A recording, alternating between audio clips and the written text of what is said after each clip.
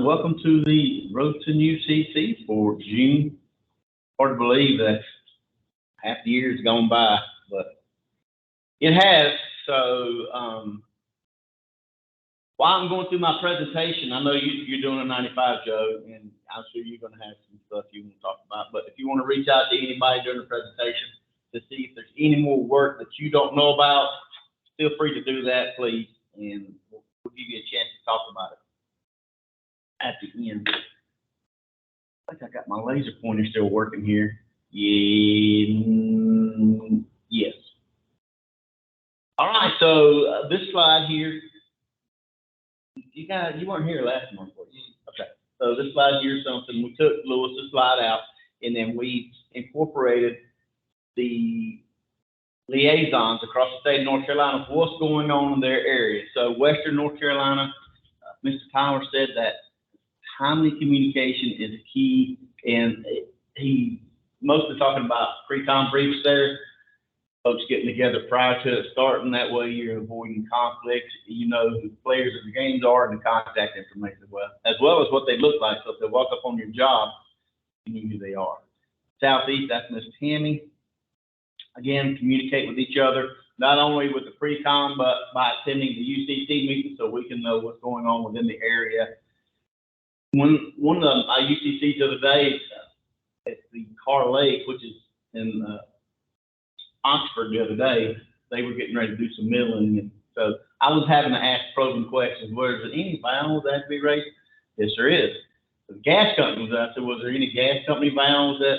And luckily it was only water. The gas wasn't in the road. They were behind the curb. But just being forthcoming on projects like that really helps people. Eastern North Carolina, just a reminder, populate positive response. Understand that when we did a little digging, one of the main culprits of not populating a positive response was actually the DOT. For whatever reason, I'm not sure why it's not happening. I know Lewis is digging into that, and we'll see what he comes back with. But yeah, we're asking everybody, please populate a positive response, because we're telling everybody it is a law that before you go out and do that project, that you're supposed to check your positive response to make sure everybody has located in that area. Again, pre-job construction communication is key. And then in my area, there's still updates on jobs without permits. I think I spoke about this last month, but in Lee County, there is a contractor working for the DOT that's doing water and sewer. Started calling in tickets last October. So they're continuously updating since last October. They don't have a piece of equipment out on the job site yet. So it's become a joke because nobody locates anymore. They just come through and mark it off. I said, nobody's out there working. Here it is, what, 6, 7, 8 months now? I said, when you guys actually go out there to do this job, nobody's going to locate because you've been crying wolf for so long. Trying to get the DOT, the folks, the engineers over there involved to get them to stop calling the tickets in and update the tickets. Because it's costing money. Every time we transmit that ticket, it's costing people money. Speaking of excessive updates, so here's some of the, and I've got these posters if anybody would like one, but when you're calling in to locate or somebody that's working for you is calling in to locate, make sure they provide good quality information.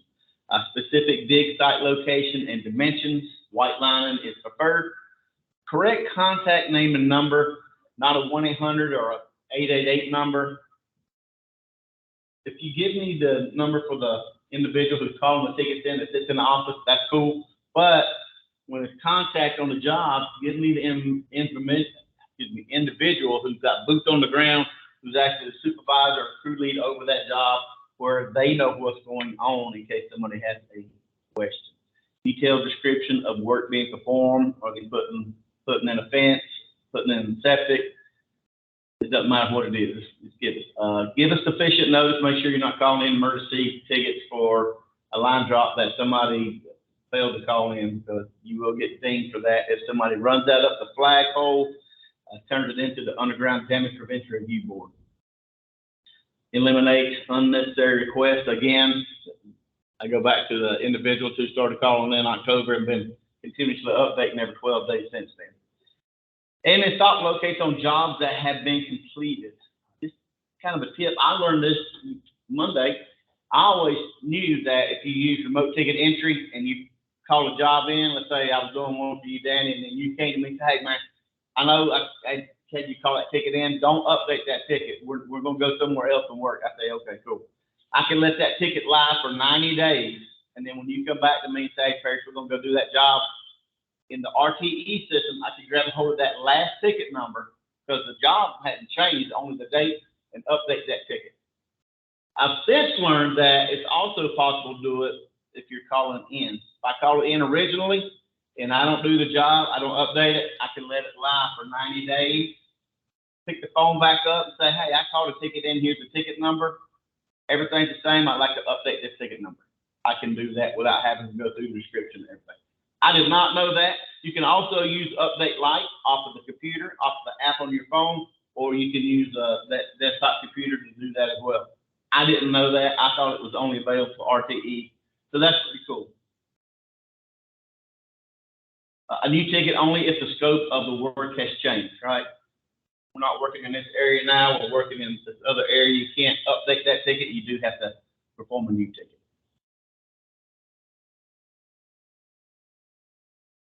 And looking at the numbers, again, this is always going to be across the state of North Carolina. You can see we're looking at May last month versus last year, and the tickets volume across the state of North Carolina for May actually increased just shy of 7%, and then year to date about 8.5%. So we finished up for May 1,099,000 tickets. So a small increase, not a whole lot. The transmissions for May, again, looking last month versus last year, 6.9, and then the year-to-date, 7.5. So in Robeson County itself, the 3-hour actually decreased, which is really, really good. That means that the locators had a chance to go out there and locate within the 3 days. Individuals didn't have to check their pause response and call up Duke Energy because they went in the 999. I got to go out there and do that job. Duke Energy's located. The new tickets actually increased 16.4%, 1,833. And then the ticket updates, unfortunately, just something we were just talking about earlier, are still high, 123.5%. I know a lot of those are probably going to be DOT projects that are ongoing. Folks are updating those tickets like they should be every 12 days to keep those tickets refreshed and folks don't have to stop work. Average locates per day last month, 142. So looking at the year-to-date numbers, even though it was down last month, the 3-hour year-to-date is actually up 17.4%. New tickets, 12.6%, and then the ticket update at 3,945. So the end of last month is running 76.5%. Average locates per day, 125. So out of the 3,133, you can see Fairmont made the list, Lumber Bridge, and obviously Lumberton, Maxton, Parkton, Pembroke, Rowland, and St. Paul's.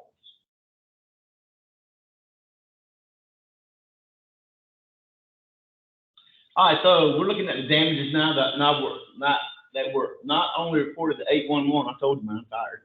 My brain's not functioning like it should. These are the damages that reported to 811, as well as the CGA through the DIRT reports, and we compiled them together. And you can see Robeson only had 2. Out of the whole county, they only had 2 damages last month. So either everybody is digging super extra safe, or folks aren't reporting their actual damages to the facilities. As a reminder, if you are a facility owner, or if you're out there talking to a facility owner, if you would please let them know, hey, you still got damage. Contractor's supposed to call that in, but if they don't, you as a utility owner are supposed to follow up and make sure that that does get captured. One of the reasons we need that is if it's the same entity damaging facilities all the time, we need to talk to them, find out what's going on. Whether they're not calling in tickets or whether they're not being safe around the utility while they're exposing it, or even not supporting it throughout their work. Something's happening. Some of the things that are happening in June and July, so the 13th, we're going to be at the Thunder Hunters baseball game in Gastonia, along with Dominion Energy. spreading the 811 safe digging message. June 17th, we're going to be at the Bowman Gray. I think we're going to have the mini excavator out here in Gastonia. It's pretty tight. Has anybody ever been to Bowman Gray before? It's pretty tight in there, so they're actually racing in a bowl. And it's loud, and there's not a whole lot of room, so we won't take the mini excavator there. We will have the tent, table, and our giveaways. The 24th, we're going to be at the Wake Med Soccer Park for a soccer tournament between the North Carolina Courage and Racing Louisville Football Club. That's going to be in Cary. And then July the 11th, we're going to be down in Concord, the Banner Energy Building for the state UCC, and that's going to start at 10.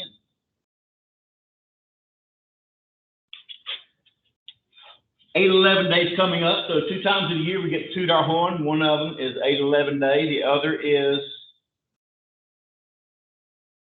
what is it? You know, just April. April is Safe Digging Month. All month long, we do radio interviews, TV interviews. That's when we do our banners.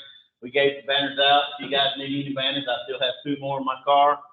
Box of them at my house, and then another box of them at the shop. So for whatever reason, my area wasn't a big banner request, but yeah, we do the banner on the job sites as well. Now, we highlight it in April, but anytime you've got a lot of eyes on a project going up down the road, we want you to put that banner up and display it, right? It's got some little wind slits in it too, so it won't pull off whatever you adhered it to, and it's more likely to stay in place. So if you know anybody who is a safety professional in your organization and they want to grab any of these tools and use them, that's what it's for. It's a toolkit. Grab it, put a presentation together, or go out and meet with the general public. I know the utilities, especially the gas industry, they have to do so many presentations throughout the year for folks who they generally wouldn't get in front of, like the fire department.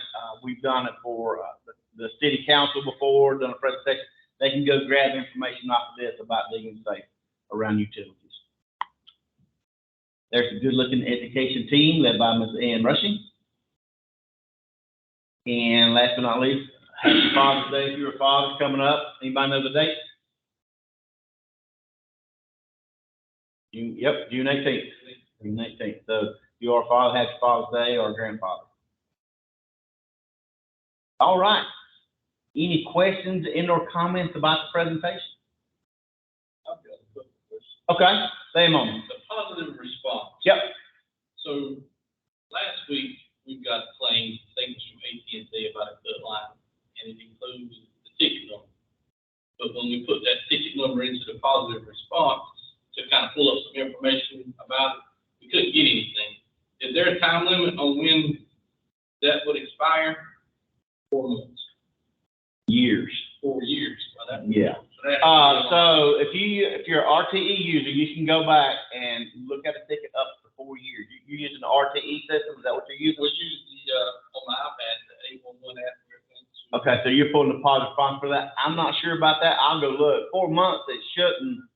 It should be on there for a while, Yeah. but I'm not real sure. I have to reach out to Leslie Brouillard about that. She is the manager over that department, and find out if there is a suspense date on those. But I know the tickets remain in our system for 4 years. That's per statute. After that, it starts clearing off, purging off. So nobody can find that. They did provide us with a lot of information outside of the ticket number.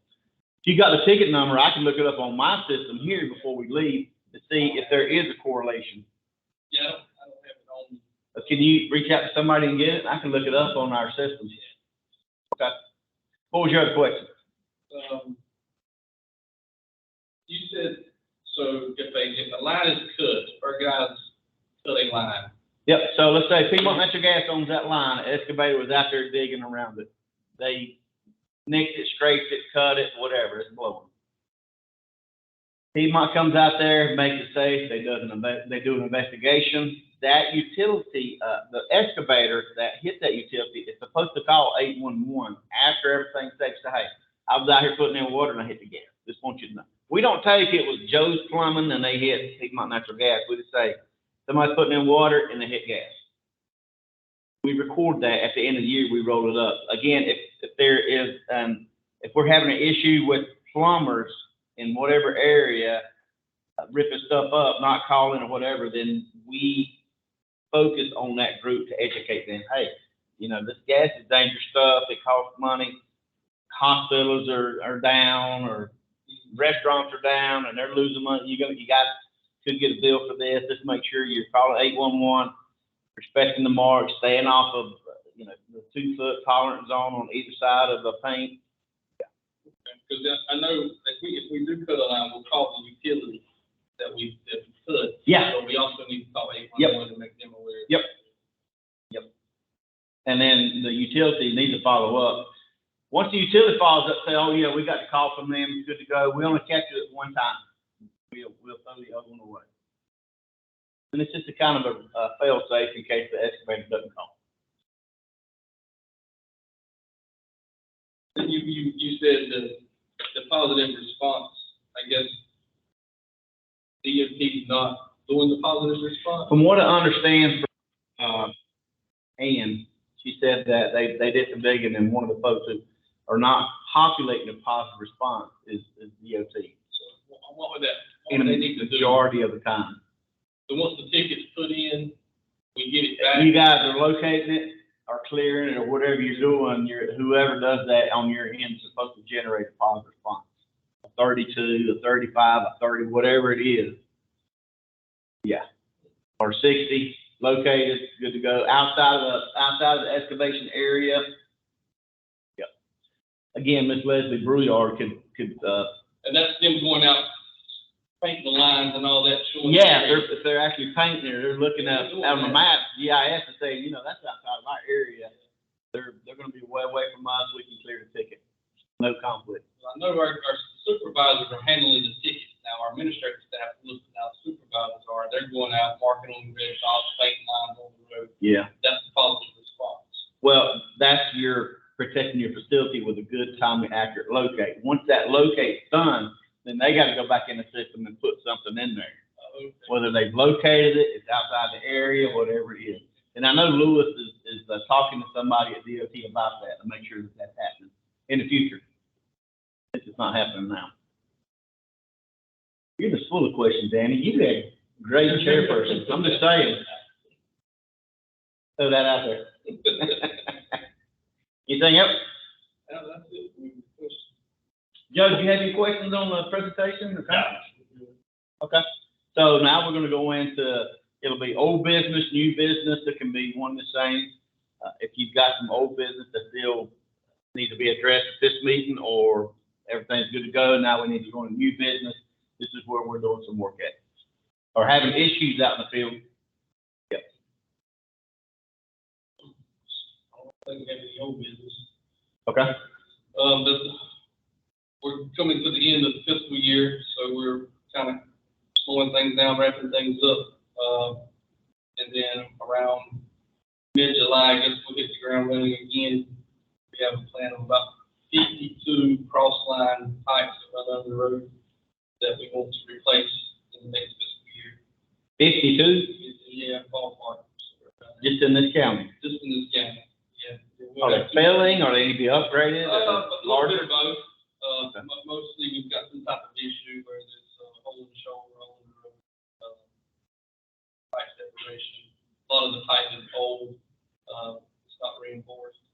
So we're just looking at updating all that and increasing the level of service on the pipes.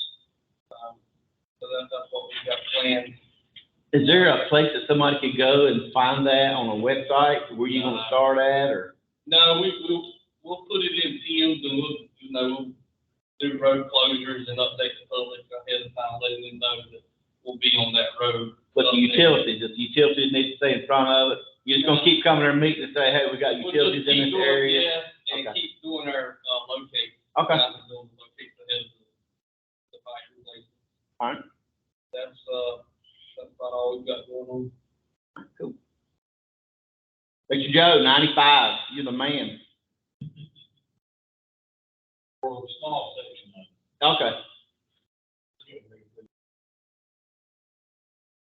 You guys are gonna put the utilities in itself? Well, the fiber optic from the whole state. I get updates from Butch about that all the time coming. It comes out of Virginia and runs down, and it's gonna run west on 70 or something. I know it's going up and down North Carolina, probably 95. 95. Yeah. Yeah. It's 74 to Wilmington. And then it's going like Asheville. I think he mentioned 70 comes to the top of my mind. I don't know if that's correct or not. Running west on 70 there. Yeah, I think it's stretching 40. Who's the contractor putting that stuff in for you? Multiple contractors? You can handle that with Division 4. Okay. UCC. They're handling just statewide, they're handling the entire state. This county.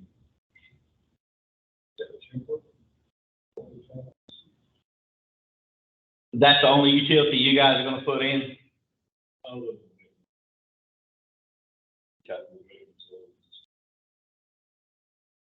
Is there any other? Yeah, so the gas, is there any gas or power that has to be moved? They're moving them now? We're working on it. David's got a gas transmission line. That's been a fun struggle. Getting them to move it? That's The Piedmont. time frame that we need. Yeah, Piedmont Natural Gas. A lot of the larger projects now being worked out of Charlotte for those folks. They got special projects groups down there. What was the transmission line? Power line. Dave's truck. It goes from Dave's from southbound side across to the northbound side and give a couple of houses there. So I think it's just like 2 houses around. That's a little mile. It didn't get located? It was not located. They did not call them. Oh, they didn't call it in? I doubt it. It's there. It's area. Oh, they hit it, yeah, okay, yeah. They won't locate that anyway. It's hard to get paint and stick in the air.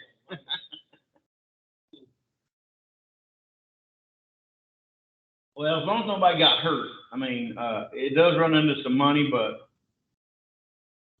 that's something that you can fix, right? As long as nobody got hurt or killed, I can fix it. All right, guys, the next time we're gonna meet, it's gonna be virtual online, and it should be July 13th, which will be nice because it'll be hot. We can sit in our air conditioning. Yeah, we can sit in our air. I love this weather. I said, I cannot believe it's the 1st of June. I am loving this weather. Of course, I think some of it's artificial now. Smoke from Canada is blocking the sun out and keeping the temperatures low. But I'm not mad at it. It does make it a little hard to breathe. All right, guys, unless y'all have any more questions, that's all I have. I appreciate y'all coming. I got that